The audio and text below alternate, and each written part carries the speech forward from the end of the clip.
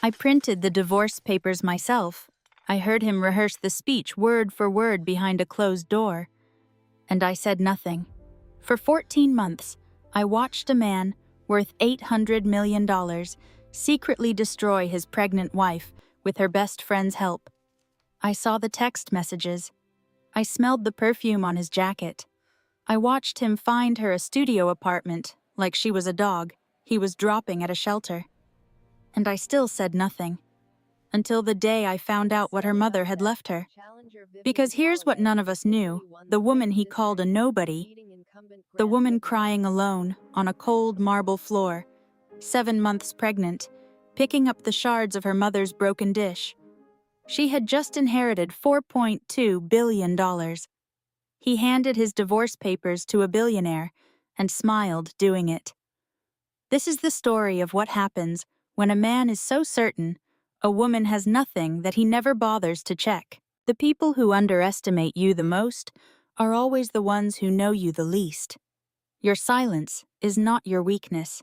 It's your strategy.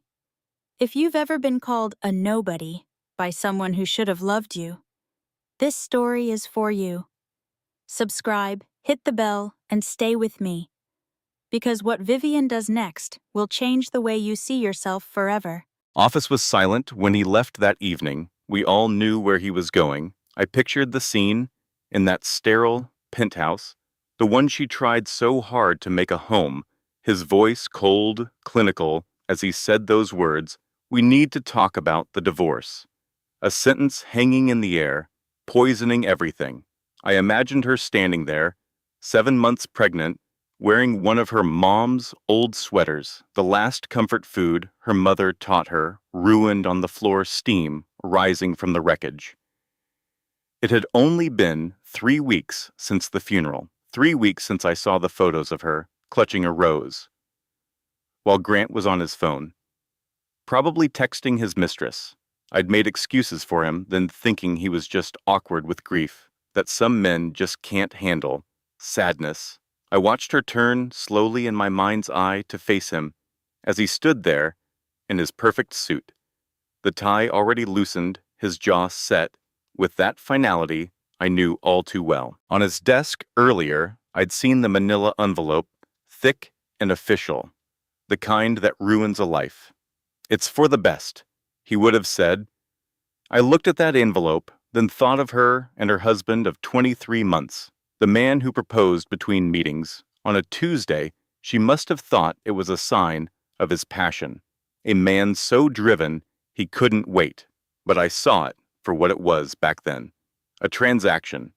A man scheduling a wife like another conference call. Why? She must have whispered her voice, small and tight. I hated that. For her. Hated that. He could make her feel so fragile, so breakable, like the shattered dish on their floor. He'd run his hand through his hair, a gesture I knew was practiced for big presentations, a performance of ease that was anything but casual. "We're not right for each other, Vivian," he'd say. "I need a partner who gets my world, someone who can keep up, 'I'm your wife, I'm having your baby.'" And he'd reply, "I'll make sure you're both cared for. I've already secured a studio on the Upper West Side." It's lovely, a studio. He'd already found her. A place. This wasn't a conversation. It was an eviction notice, masquerading as a breakup. I remembered all the little signs I'd ignored for her sake, the scent of expensive floral perfume on his suit, jackets when I took them to the dry cleaner. It was never her vanilla scent. His phone buzzing on the conference table, always flipped face down. Too quickly. "There's someone else." "Isn't there?" she would have asked. Grant's jaw would tighten. His eyes would flick to the left. His tell? This isn't about that, he'd lie, but his eyes gave him away. I knew his tells as well as she did. I had been watching him for 2 years, that telltale glance to the left when he was inventing a more convenient truth, the subtle flare of his nostrils that you'd only see if you were forced to study him day in and day out. I imagine her getting on her knees, not to beg, but to start picking up the shards of her mother's dish. A broken marriage on a cold marble floor. She would have gathered the pieces carefully, trying to fit them back together as if they could ever be made whole. Again, the baby would have kicked a reminder that she wasn't alone in this, even if he was gone. Grant would have watched her, then straightened his tie and said, "I'll give you the weekend to pack your things." He would have walked out, the click of his shoes echoing the front door closing, the lock turning. And then Vivian was utterly alone in that showpiece penthouse that was never a home. I pictured her on the floor for hours, her pregnant belly a heavy weight, the broken porcelain. Digging into her palm, she would smell her mother's recipe, mixing with a lavender candle. She always burned her mother's favorite scent. Her phone would ring. I'd seen the caller. ID on his desk. Phone before Delaney. Archer, her best friend, the one who held her hair back on birthdays, who wept at her wedding, who sat beside her as her mother's heart gave out. "Hey honey," Delaney's voice would coo all warmth and fake concern. "I'm worried about you. Want me to come over?" Vivian would almost say yes, the word on the tip of her tongue, a lifeline she'd reached for 1,000 times. "Yes, come bring snacks and your terrible jokes, and that way you have of making the world seem right again." She almost would, but something would have stopped her. The timing of the call, just 11 minutes after Grant left, was too perfect, as if she was on standby, as if it was all coordinated. Maybe she'd say, "I'll call you later." She would hang up, placing the phone beside her, pressing a hand to her belly, where her baby was turning. "It's just us now," she'd whisper, and she couldn't have known then, but answering that call would have been the most devastating betrayal of all. Morning would eventually come for her. Vivian wouldn't have slept. She would have moved to the nursery around midnight, needing to be in the one room she'd filled with hope. It was a soft yellow. She'd painted it herself over a weekend. While Grant was in Chicago, the crib she'd assembled alone with a video tutorial. Because Grant promised he'd hire someone and never did. She'd be in the rocking chair she found in Brooklyn. Its familiar creak, a small comfort, rocking and replaying every calculated word, every fake gesture, a marriage of 23 months. That started with a proposal on a Tuesday. Only a man checking a box does that, scheduling a wife. Between an investment lunch and a 4 o'clock tea time, she'd pick up her phone, go to her mother's contact, Eleanor Calloway, and press call before thinking it would ring 4 times. "You've reached Eleanor. Leave something lovely," her mother's voice. A ghost in the machine. Vivian would hang up and call again, just to hear her. "One more time. You've reached Eleanor. Leave something lovely." Months later, I found the email he tried to bury, proof. He knew a big inheritance was possible. So I copied it and sent it to her lawyer. My own small lovely thing. It wasn't one big thing, not a single moment I could point to and say, "That's when I knew." It was a slow burn of 1,000 tiny cuts I saw from my window across the hall. I remember the day they moved in. He left the iPad on the kitchen island. I saw it through their open door. He seemed careless, or maybe just so sure of himself he didn't think she'd ever look. That was my first real glimpse of Grant, underestimating her from the very start. It was the bedrock of their whole life. His absolute conviction that she was too kind, too thankful, too simple to ever challenge him. I saw her punch in the code later. Their anniversary, a detail I overheard once, how bitter that must have tasted, and then I saw her face freeze. I couldn't see the screen, but I saw her shoulders slump, her hand go to her mouth. I knew what she'd found. It was Delaney, her supposed best friend. It was always Delaney, with that smile that never quite reached her eyes. It had been going on for 14 long months, and I'd suspected for at least half that time. I'd seen the signs, the pet names I'd overhear when he was on the phone in the hallway, thinking no one could hear. "Baby D," he'd murmur. The business trips to Dallas or Boston, that somehow always coincided with Delaney being out of town, too. I even saw a picture once on Delaney's phone when she was showing me vacation photos. A glimpse of lingerie against the familiar backdrop of his office, the one with that famous Central Park view. The very office where he'd proposed to Vivian. I watched Delaney play the part of the devoted friend, especially after Vivian's mother passed. I remember seeing her wrap an arm around Vivian's shoulders that day, right after the funeral. I wanted to scream. How long did they think they could keep up the act? I imagined his reply to her inevitable impatience. Soon, he'd say. Let her grieve. As if Vivian's heart was just an obstacle, a piece of old furniture to be shifted out of the way before they could move in their new life. She wasn't going crazy, but I watched them make her think she was. I knew something was off. The late nights I'd hear his key in the lock, the hushed arguments through the walls, the way he'd snatch his phone back if she even glanced at it. I saw how he stopped looking at her, really looking at her, and how Delaney just happened to call or text whenever Grant was about to head out. I knew, deep down, in that place where you just know things without proof, I knew. But what could I do? Knock on her door and say, I think your husband and best friend are destroying you. So, I kept watching as she scrolled through that tablet, past all the sickeningly sweet nicknames and the proof of their lies.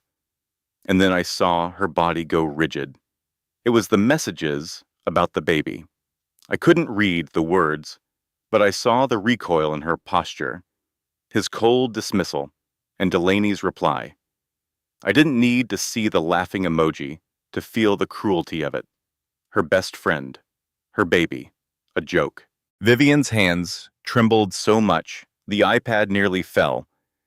She clutched it to her stomach, and I saw the distinct ripple of the baby kicking back, a tiny warrior already defending its mother. She kept locking it, then unlocking it, as if she could force the words to change, to become something she could survive.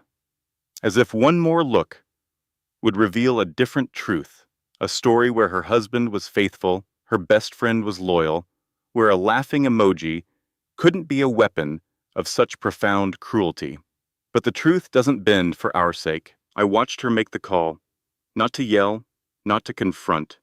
She was listening, trying to reconcile the voice on the phone with the monster on the screen.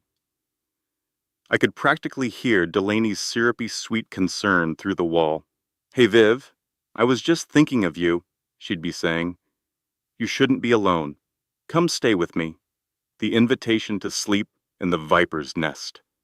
Every word a performance, every caring phrase a lie polished to a gleam. An award-winning portrayal of friendship from a woman who had been betraying her for over a year. Maybe Vivian had said, I'll think about it. The same non-committal words I'd heard her use before, but this time they sounded different. They sounded like a steel door slamming shut. After she hung up, I saw her silhouette move to the bathroom. The light flipped on. I heard the sound of her retching, a raw, ugly sound of a body expelling poison. It wasn't the pregnancy. I knew she was past that. This was truth sickness. Her very soul rejecting the lies she'd been fed for 14 agonizing months. I saw her reflection in her mirror from the hallway angle, 30, pregnant, with shadows under her eyes that told a story of a long, silent war. She didn't look broken, she just looked tired, so incredibly tired, as if she'd been carrying the weight of their deception all along and was only now understanding how heavy it truly was. The affair was bad, but this was worse. It wasn't the secret hotel rooms or the trashy photos. It was what they'd said about her baby. That was the deepest cut. A laughing emoji was all her child. This life she was nurturing inside her was worth to them. I watched her press her hands to her belly, a protective, primal gesture. I saw her lips move, whispering something to the baby.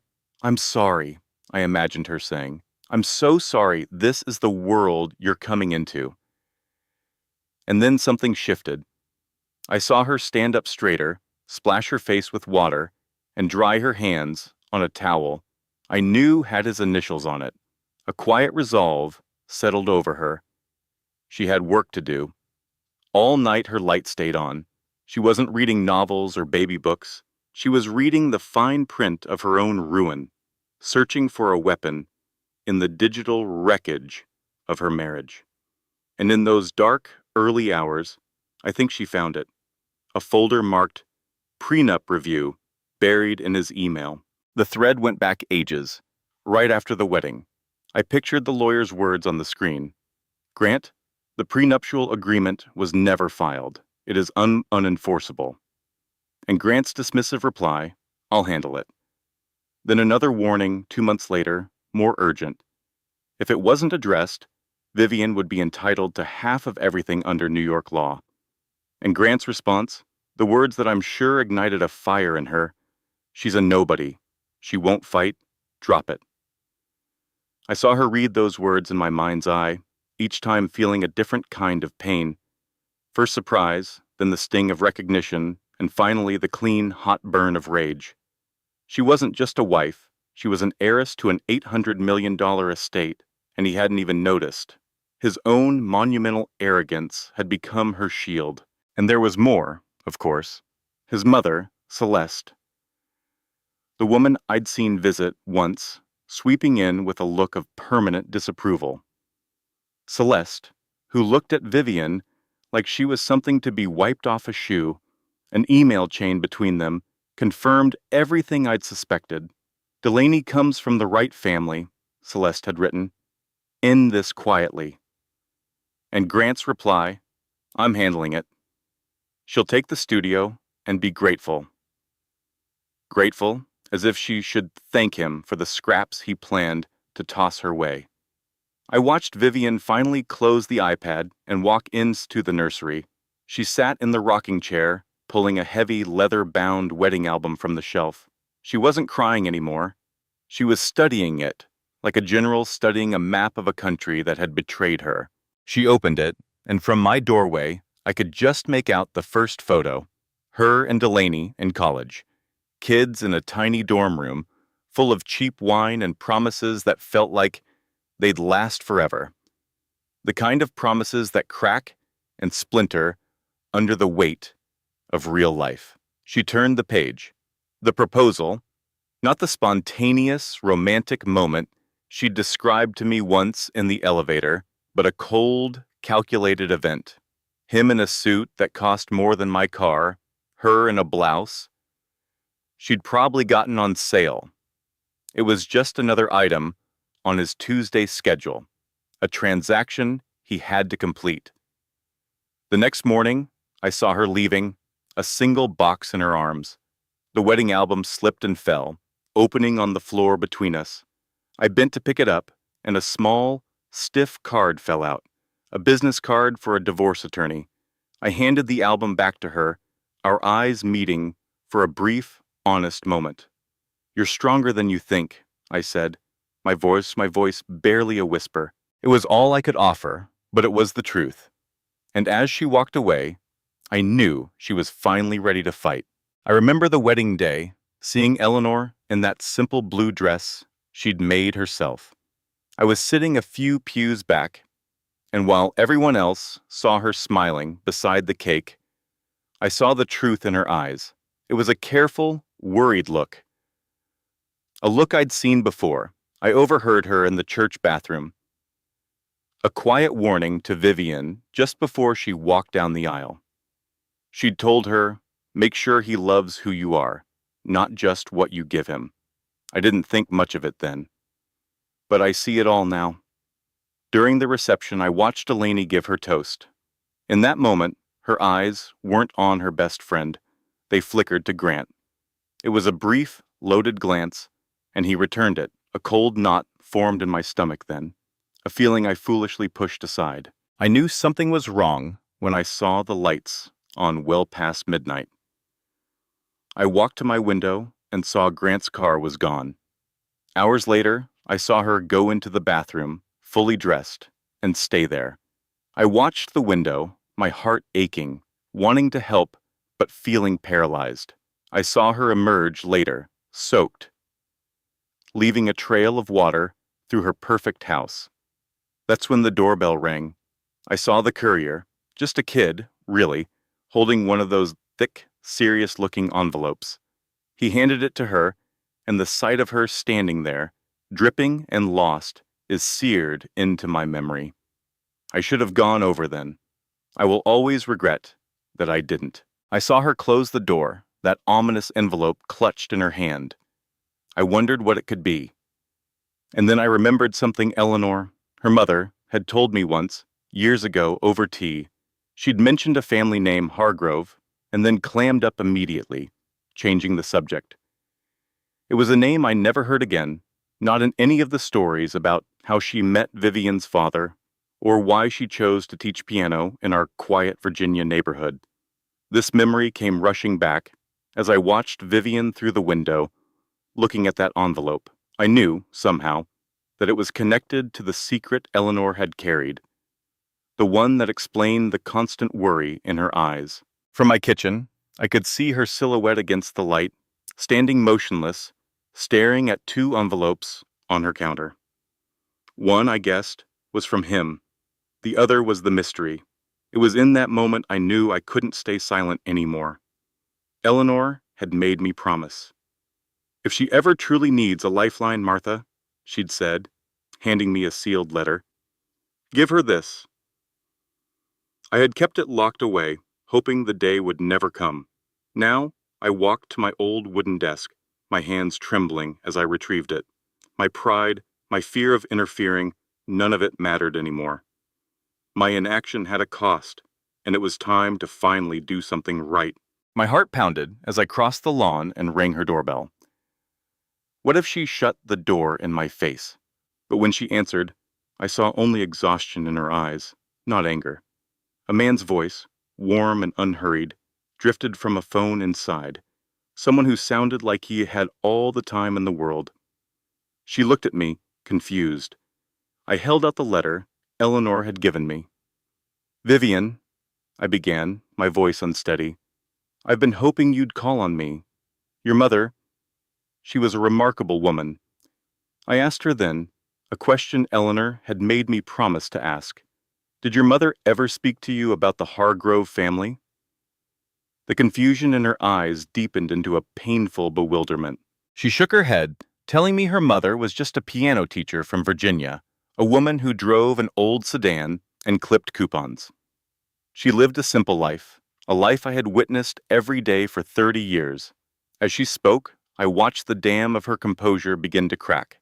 I didn't know what was in the letter I'd given her, or what the man on the phone was telling her, but I saw the world tilting on its axis right there in her living room. I saw the legacy of a quiet, fiercely private woman named Eleanor Hargrove finally coming to light, dismantling everything her daughter thought was true. I made her a cup of tea while she listened on the phone, her face pale. I couldn't hear the exact words, but I saw her sink onto the sofa. Then I heard her whisper a number, a figure so immense it sounded like a mistake. $4.2 billion. I watched the shock turn to a quiet, simmering anger. I understood it perfectly. She wasn't angry about the money, she was angry about the secret. All those years of her mother patching old jeans, of Vivian herself working 2 jobs through college, a lifetime of struggle that didn't have to be. I saw the betrayal she felt, the weight of a life built on a foundation she never knew existed. It all started the day her mother died. I saw her come back from the funeral, her face a pale mask of grief, while Mr. Whitmore walked ahead, already on his phone. I remember her mother, Eleanor, a woman who seemed out of place here, with kind eyes and worn-out shoes.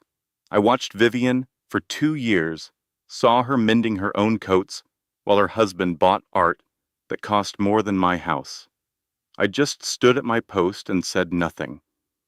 I thought it was her mother's influence, a desire for a simple life. I never guessed it was a lesson, a foundation being built, brick by painful brick.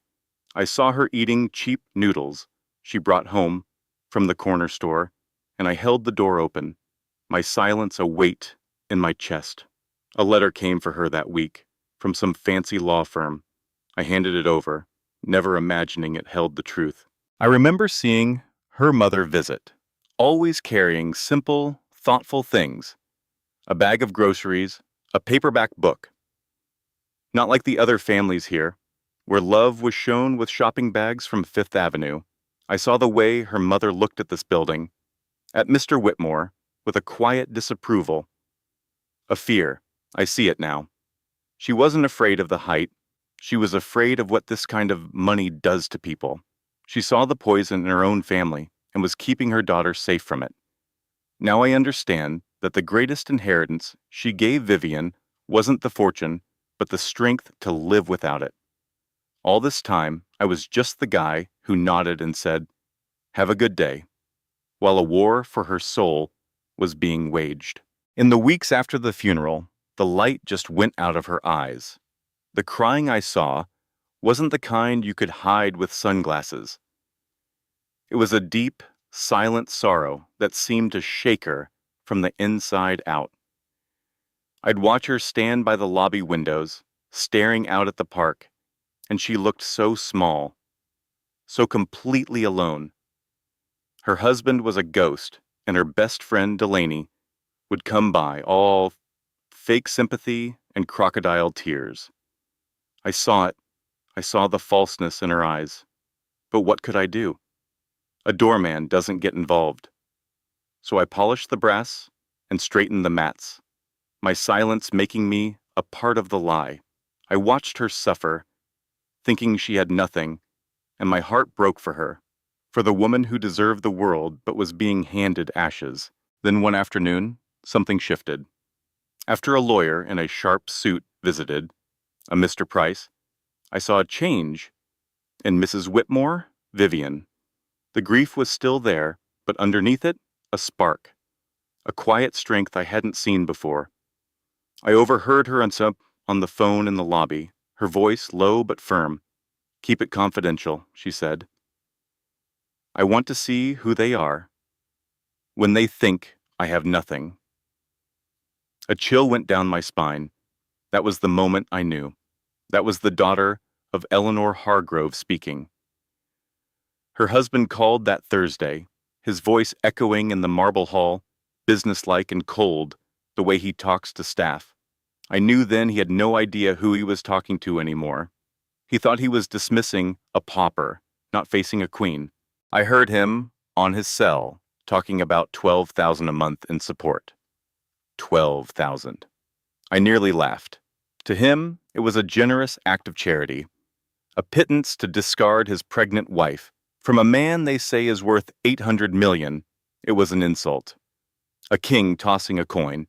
I wanted to shout, to tell him what a fool he was, but I just stood there, invisible in my uniform. I saw Vivian later that day and she just said, "I'll be out by Friday." Her voice was calm, too calm. He called it being adults. I call it cruelty. He was throwing away a diamond, and he was too arrogant to even know it. She let him believe he was winning, let him think she was broken. I saw the plan forming in her eyes. Friday morning. I knew it would be the last time I saw her as Mrs. Whitmore. I dreaded it. Then Delaney showed up, her best friend. She sailed through the lobby like she was the lady of the house, a smug little smile on her face. I'd seen that smile before, in the elevator with Mr. Whitmore, when they thought no one was looking. An hour later, Vivian arrived with a single suitcase. I wanted to warn her, to tell her not to go up there, that the vulture was already in her home, wearing her clothes, drinking from her life. But my feet were cemented to the floor. The audacity of it all was stunning, to not just take her husband, but to stand in her kitchen and pretend to be a friend. It was a level of betrayal I couldn't comprehend. The silence in the lobby felt heavy as I waited. I could only imagine the scene upstairs, the fake words, the practiced sympathy. I pictured Vivian's face when she saw the truth, when the performance finally ended. I've seen 1,000 goodbyes in this building, but this one felt different. This wasn't just a breakup, it was an unmasking. I remembered all the times I'd seen them together, Vivian and Delaney, laughing like sisters. The memory made me sick to my stomach. It's a terrible thing to watch someone walk into an ambush you know is waiting, and all I could do was stand there and hold the door, my silence a bitter taste in my mouth. "He was never really yours," I imagined Delaney saying. The sheer cruelty of it. A while later, Mr. Whitmore and Delaney came down. They didn't even have the decency to look ashamed. They stood waiting for a car, his hand on her back, a portrait of smug victory. They were a team, a united front built on lies. They thought they had won, that they had taken everything.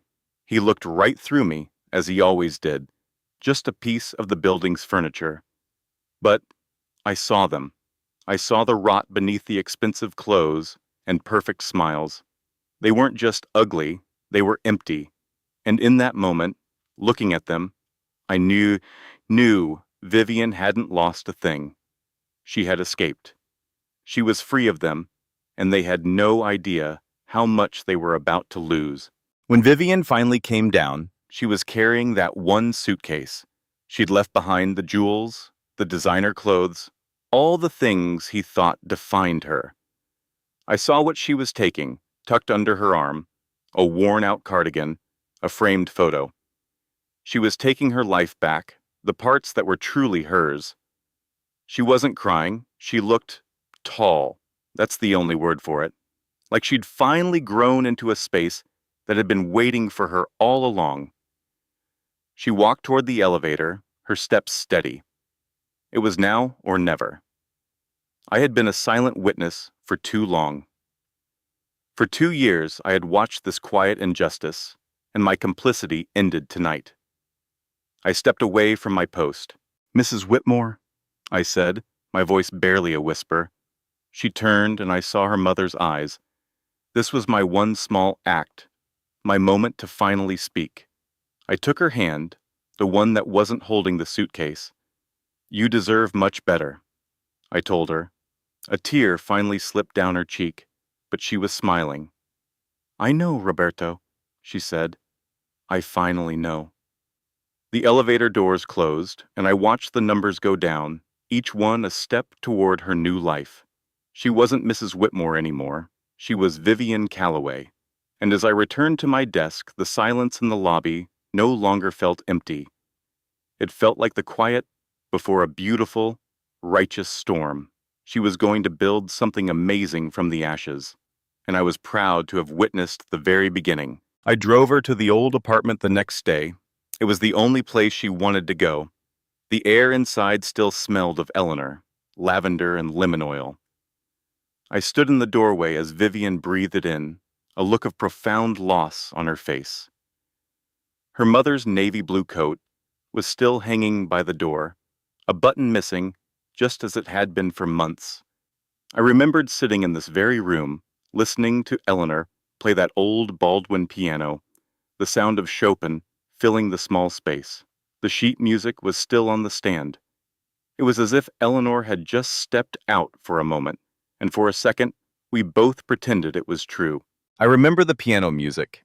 It used to seep through the walls like a ghost, so gentle you'd barely notice it. Then one Wednesday, it stopped. I saw them carry Eleanor out. When her daughter, Vivian, showed up, she looked just as haunted as the music had sounded. I'd watch from my window as she moved through the empty rooms, a shadow in the dim light. I knew how cold that apartment got. Eleanor never turned the heat up. I'd see the lights on late into the night, and I'd just know she was searching, touching the things her mother left behind, trying to find a person she thought she knew in the silence they'd left. It was from the closet light spilling into the hall that I saw her silhouette crumple to the floor. She didn't make a sound.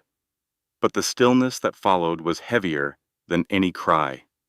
I couldn't see what she held, but I saw her shoulders shake, and I knew she'd found something that had broken her.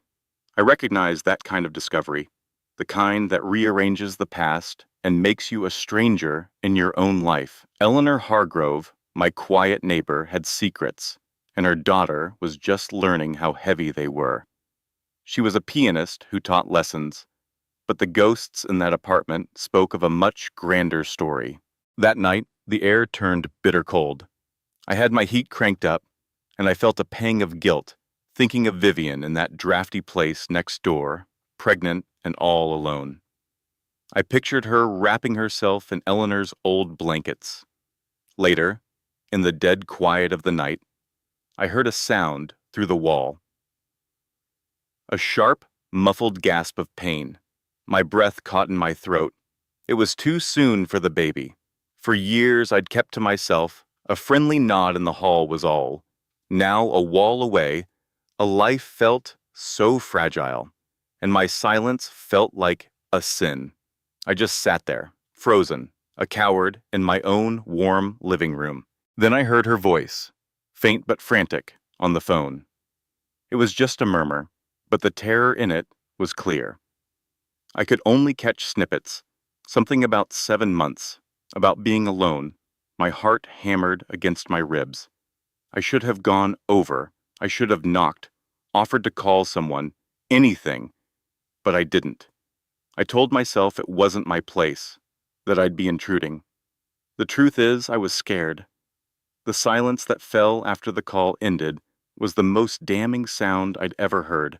The world felt impossibly big, and the girl next door was completely alone in it. I stayed awake for hours, listening. The fist inside my own chest wouldn't unclench. I just listened for a sign, any sound that would tell me she was okay. I thought about all the people I'd seen come and go in this building, each behind their own door, with their own secret grief. My father, he left. My husband, he's gone too. We are all islands, I thought, pretending we're not. Eventually, the sliver of light from under her door went out. Everyone leaves, one way or another, but the thought of that baby starting its life in a world of goodbyes was just too much to bear. At 3:17 in the morning, my own phone lit up the dark. I wasn't searching for answers online. I was just staring at the screen, my shame reflected in the glass. I should have done something. Morning finally broke, gray and unforgiving. Just as I was working up the courage to finally knock, I heard a different knock on her door. Firm, steady, not giving up. I rushed to my peephole, my heart pounding, a mix of fear and relief washing over me. Maybe I wouldn't have to do anything after all. Maybe someone else would be brave enough. A woman stood there, about my age, with kind eyes and strong hands holding a grocery bag and a thermos. She looked like she knew how to fix things. "Your mama would haunt me if I let you sit in this cold apartment alone," I heard her say before she pushed right past Vivian and inside. Relief, sharp and sudden, made my knees weak.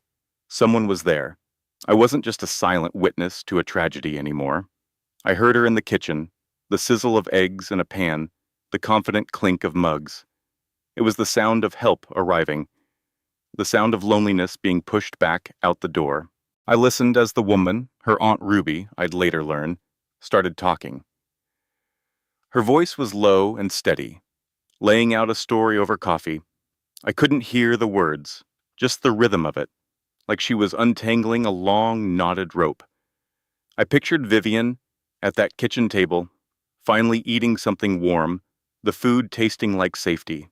It was the first real comfort I'd heard come from that apartment in 3 days. The baby inside her must have felt it, too.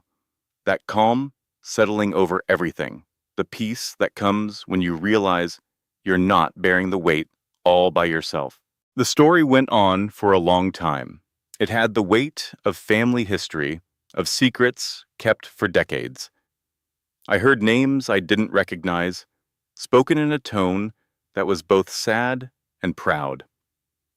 I thought of Eleanor, my neighbor of 15 years, the quiet woman who grew herbs on her windowsill and whose only extravagance was her music. I had seen the surface, but I had never guessed the depths beneath.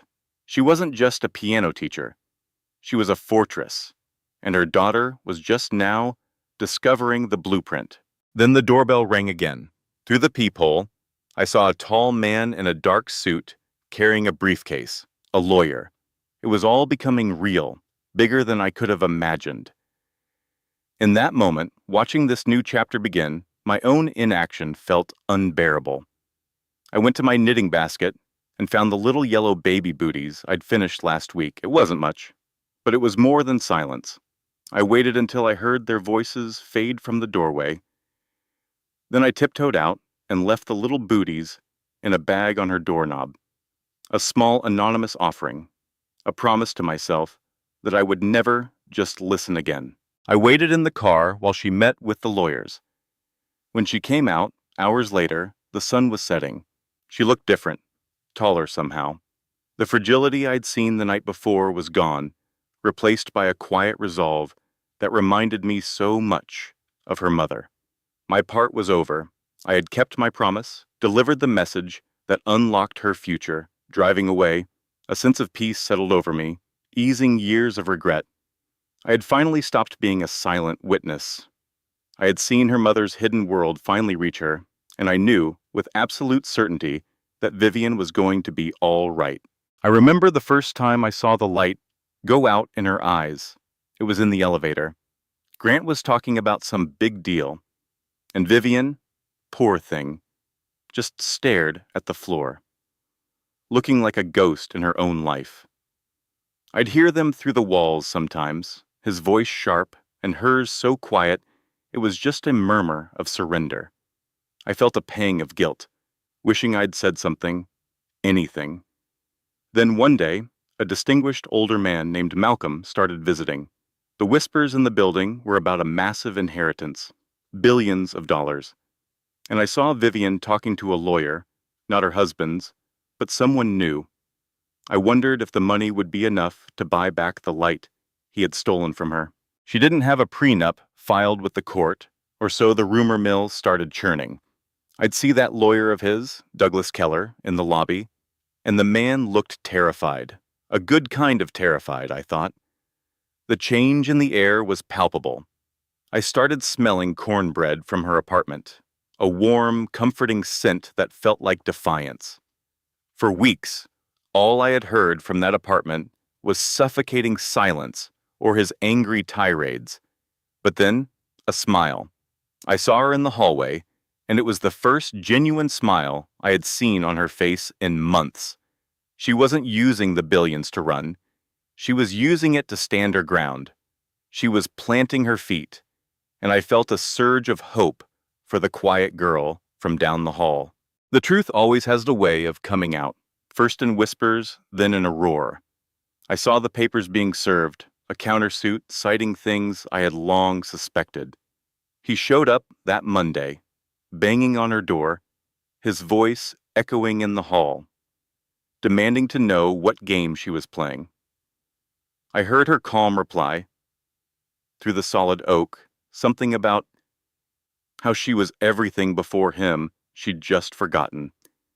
I was putting away my groceries and just stood there, frozen, listening to the strength in her voice.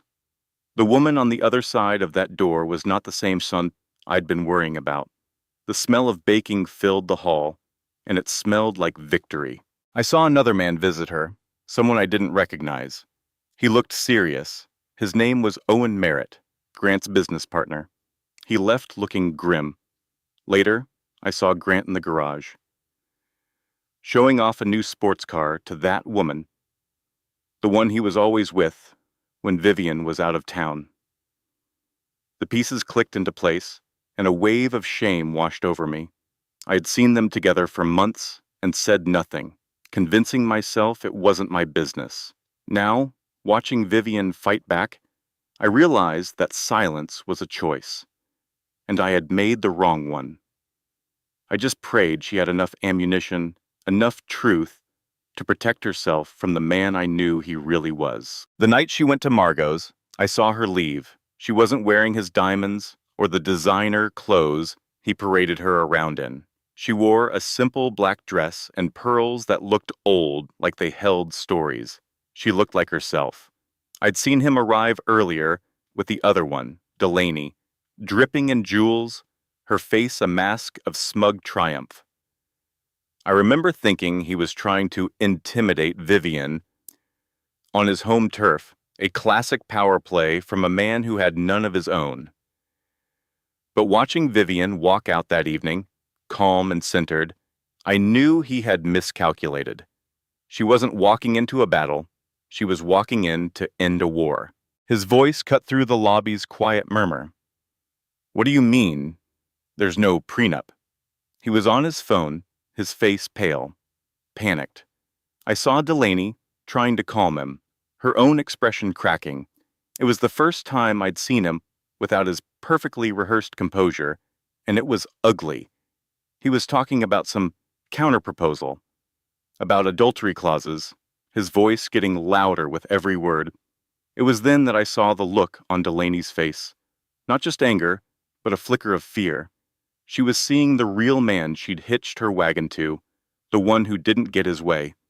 I just watched, a silent observer, to the beautiful, terrifying collapse of his world. The fallout was swift. A new, shark-like lawyer started showing up for Grant. Then his mother, Celeste, swept into the lobby one evening, all sharp angles and cold fury. I heard her on the house phone, her voice like ice, threatening Vivian. The whole building seemed to hold its breath. I felt sick, knowing the kind of pressure Vivian was under. The anger I felt was sharp, protective. These people thought their money and power made them invincible, but they hadn't counted on Vivian, on the strength she'd inherited from a mother I never knew. They thought they were fighting a ghost, but they were about to find out she was very, very real. An old man, frail and lost, came to the building one afternoon. He was looking for Vivian. I pointed him to her apartment. His eyes were kind, full of a deep sadness I recognized. He told me his name was Theodore, her uncle. When Vivian opened the door, I saw him start to weep, saying she looked just like Eleanor. It was a private moment, but I couldn't help but feel the weight of it. This broken family finding its way back together. I thought about the secrets families keep, the choices that echo through decades. He wasn't the monster I'd imagined from the whispers. He was just a man full of regret, trying to make things right before it was too late. I watched her over the next few weeks, saw the quiet peace settle over her. She was building something new, not with anger, but with a steady resolve. The guilt had been eating at me, the memory of her sad eyes in the elevator. My little security camera, the one I installed after a package, went missing. It faced the hallway. It had seen him with that woman, heard the late-night arguments. I copied the files from that week onto a small drive. My hand was shaking when I knocked on her door. "I don't know if this is useful," I said, pressing the drive into her hand, "but I live across the hall, and I should have been a better neighbor." It wasn't much, but it was no longer silence. I remember the first crack in the facade. That evening Vivian's friend, Ruby, was over, cooking in the kitchen where I usually worked. They weren't talking about the money or the lawyers, just about her mother, Eleanor. Ruby shared these incredible stories. Eleanor at 16, sneaking off to play piano in some blues joint downtown, or standing up to her own father at 17, calling his fortune just paper with dead presidents on it. Eleanor chose love, a small apartment, and an old car just to raise her daughter right, away from all that poison. The air got thick with steam and laughter and the smell of butter and spice. For a moment, Eleanor was right there with them. I knew then Grant's world wasn't falling apart because of Vivian. It was falling apart because of him. Owen Merritt, his partner, saw it too. He just quietly filed the papers one Thursday. He said it was about business ethics, which was a polite way of saying he couldn't stand Grant anymore. The news didn't get it, but the money people did. Without Owen, Grant's projects started to bleed. A condo in Brooklyn went over by $40 million. A Miami hotel hit a wall because he wasn't paying his bills. Then the old money families, the ones who care more about their name than their profits. They pulled out after hearing about the affair. His wife's social circle started whispering too.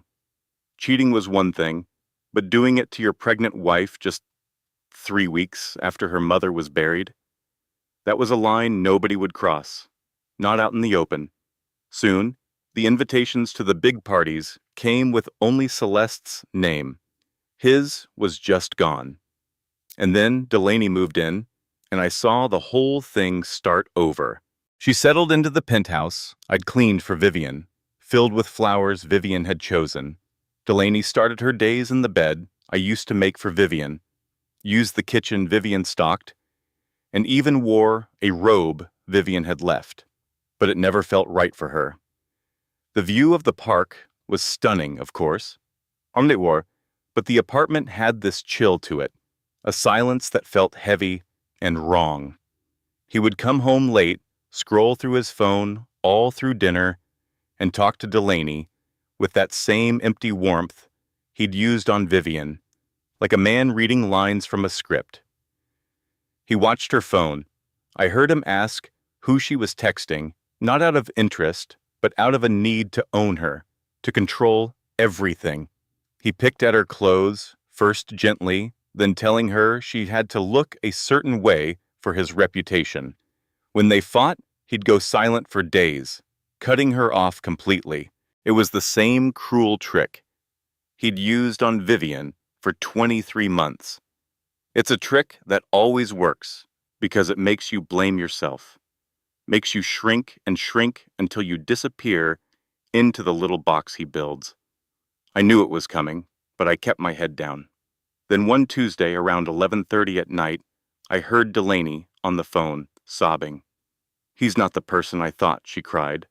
On the other end, Vivian was in her mother's warm kitchen, safe, with her baby sleeping. She just listened, didn't say, "I told you so," didn't offer any false comfort. She listened like you listen to the news about a hurricane you've already lived through. "I know," Vivian said after a long pause. "I married him."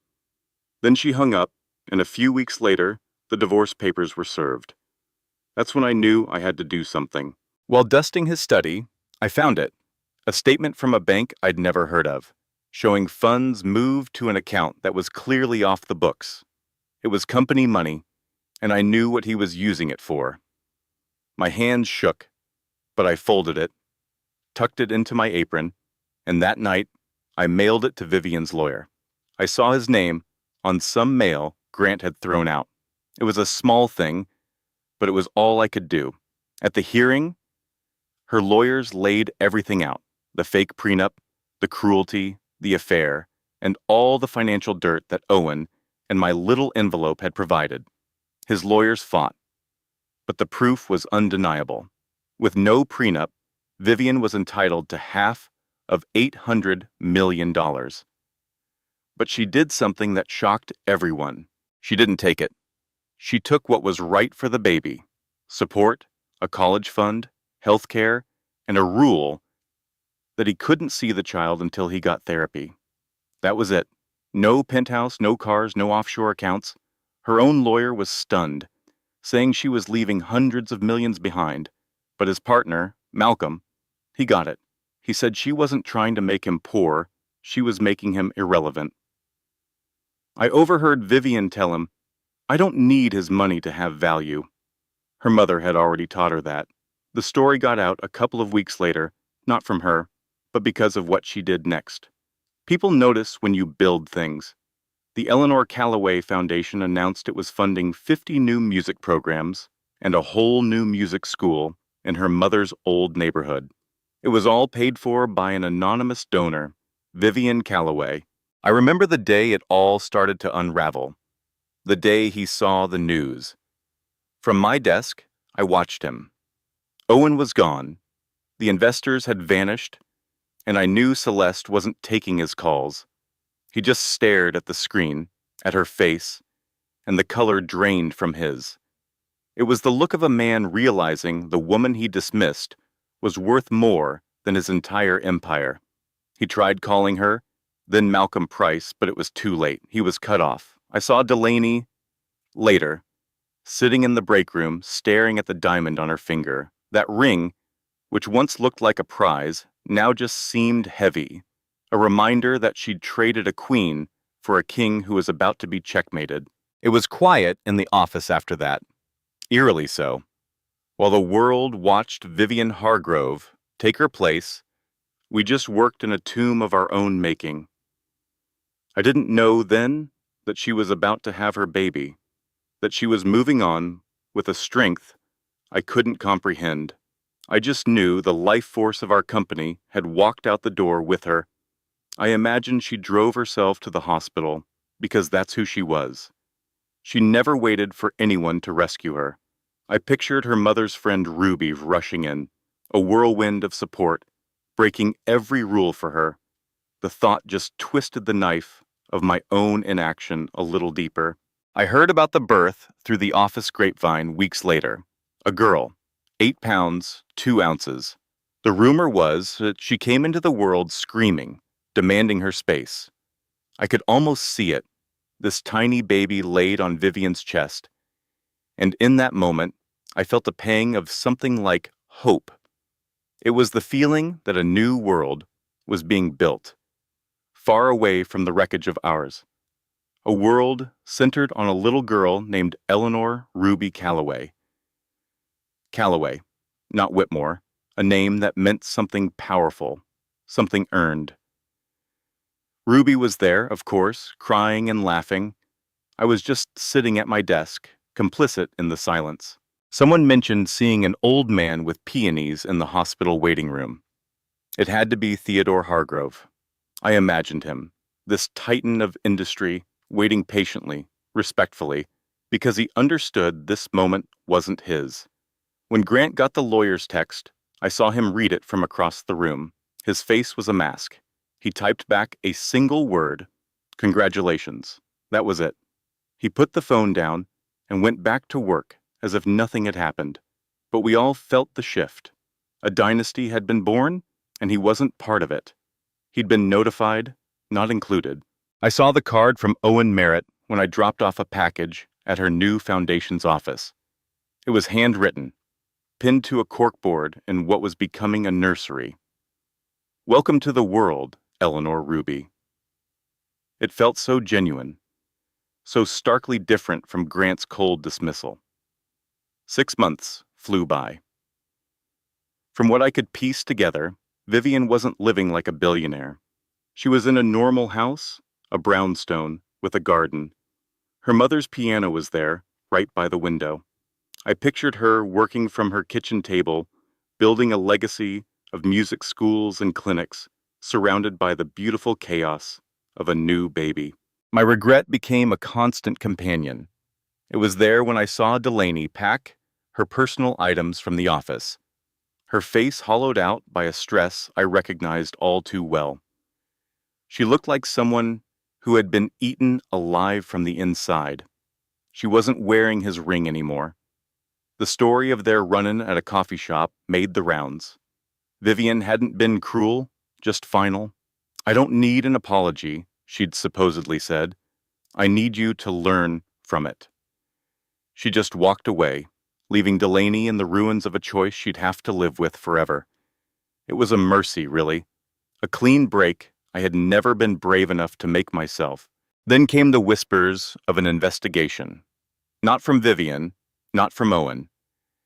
It was an investor. That's when I knew my chance was coming. I'd seen the files, the offshore accounts, the reckless gambles with other people's futures. I saw Celeste begin to distance herself, becoming a ghost at the galas she once commanded. She was retreating, building a wall around herself, leaving her son to face the consequences alone. It was a cold, calculated survival I had seen her practice many times before. My guilt was churning, turning into something else, something like resolve. He was alone in that big, empty penthouse. I had to drop off some files one night, and the silence was deafening. He was sitting at the kitchen counter, the one with the new marble top, the one where he'd shattered their lives. You couldn't see the cracks anymore, but I felt them. We all did. I knew then that the cage was never about him. It was about the belief that she needed him. And as I stood there, watching him, I realized I had been living in a cage of my own. Fear. Fear of losing my job, fear of his anger, but seeing him so small made my fear feel small too. That night I went home. It was October, 2 years since I watched him propose to her like it was a business deal. I thought of Vivian, probably making dinner in her warm kitchen, with her daughter, banging a spoon on a high chair tray. She was free. And I decided I wanted to be too. I sat down at my computer, my hands shaking just a little. I thought about her mother's cast iron skillet, how it remembers every meal. I knew my conscience had to do the same. It had to remember. So I started typing.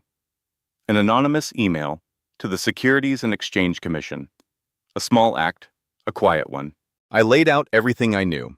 The account numbers, the secret deals, the diverted funds.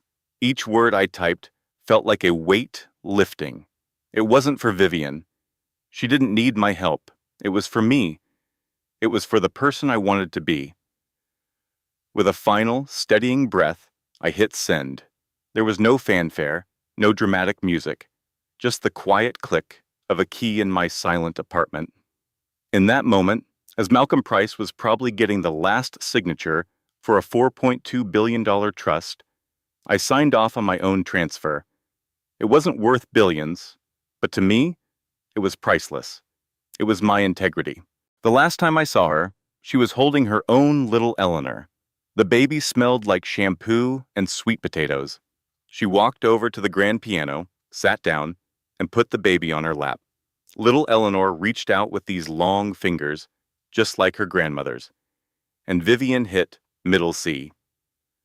The note was so pure, so true. It was the one thing in that whole house that never lied. The baby stopped fussing and just listened, her eyes wide. Then Vivian started playing a piece by Chopin, her mother's favorite. It was the same music that was on the stand the day Eleanor passed away, the same melody that used to fill their small apartment with a kind of richness that money could never buy. She played with her eyes closed, trusting her hands, just as her mother had taught her. She was finally trusting herself. That music drifted out the open windows, down to the street where the world was messy and cruel, but where that one perfect sound could still exist. The fight was over. The broken pieces of their life were swept away, but the recipe, the love and strength passed down, that survived. Things like that always do. This place is different now, emptier, but I know that what happened here mattered, and that telling these stories, even just to myself, is important. It reminds me that even when you feel small and silent, you can still find a way to help the music play on. Thank you for listening to my part in it. This content was carefully researched, developed, and manually edited by our team to deliver meaningful stories with valuable life lessons. Every narrative is crafted to entertain, inspire, and empower our audience. We believe that great stories can change lives, and we are committed to bringing you content that matters. Thank you for being part of our community.